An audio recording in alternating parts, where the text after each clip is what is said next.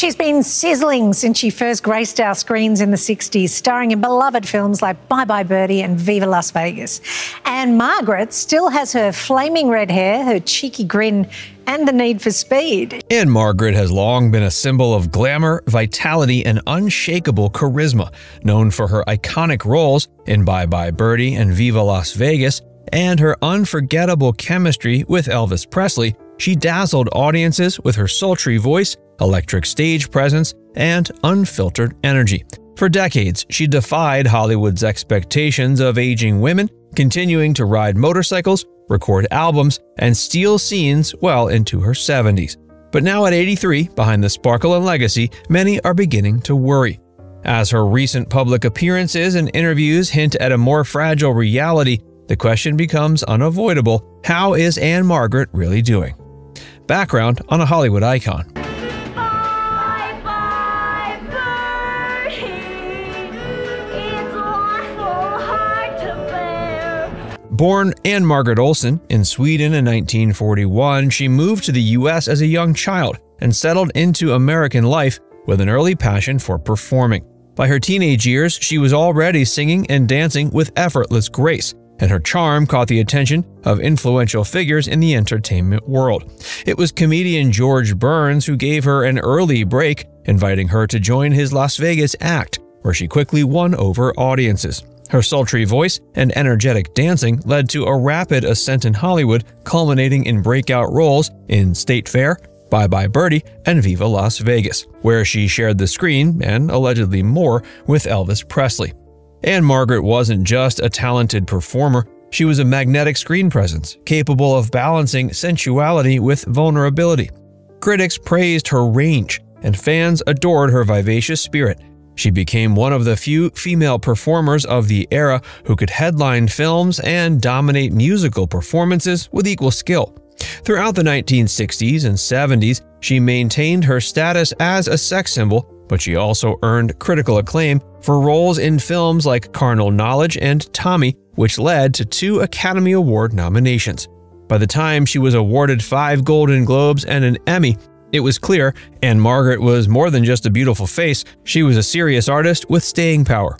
Her life off-screen was more reserved. Despite being linked to several famous men, including Elvis, she found stability in her long marriage to actor Roger Smith. Together for 50 years until his death in 2017, their bond provided a private counterbalance to her public persona. But in recent years, with Roger gone and Ann-Margret growing older, that balance seems harder to maintain.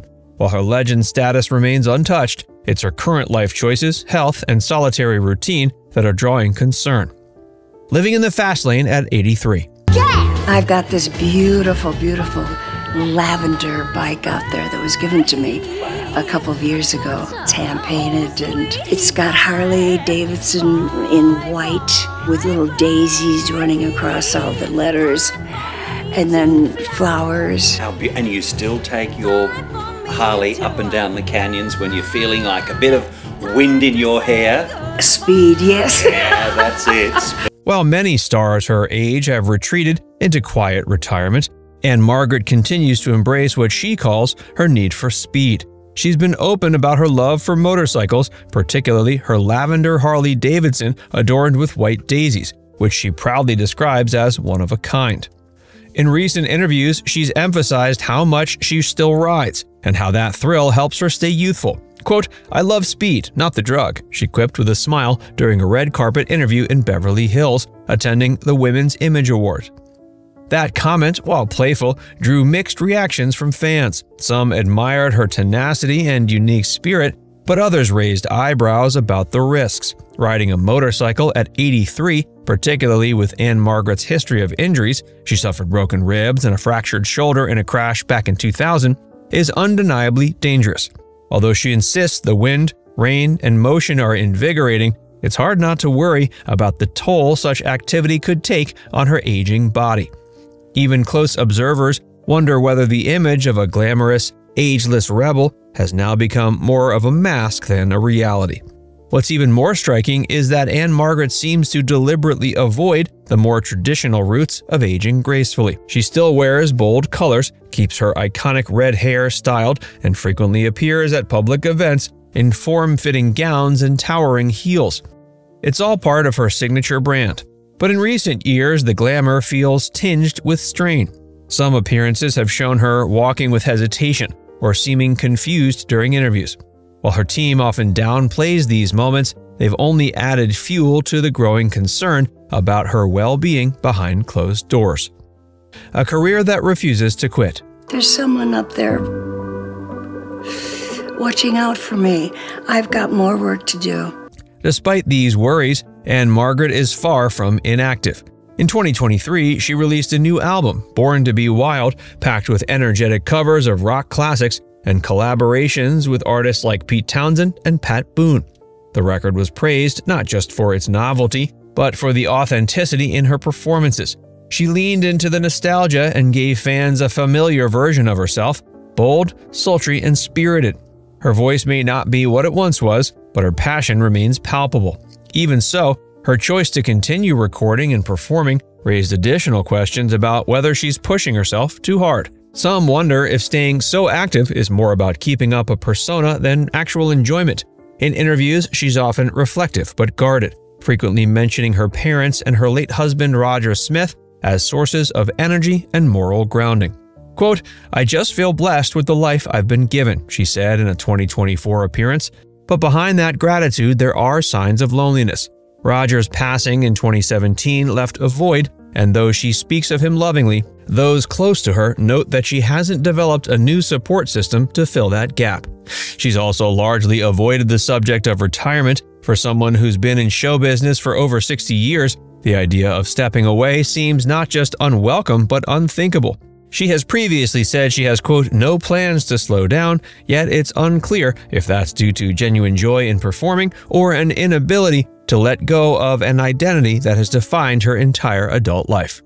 Private struggles behind the scenes. I had a thing with alcohol that I really don't talk about, but that's another thing that has made me who I am. I drank for 5 years, and then it stopped working for me, and I just stopped. I stopped in 1968, and I haven't had any alcohol since. What complicates the picture is how private Ann-Margret has always been. Unlike many of her peers, she's never embraced tabloid attention or reality television. Her marriage to Roger Smith was unusually low profile for a Hollywood couple, and even during her prime, she often kept interviews light, steering away from deeply personal topics.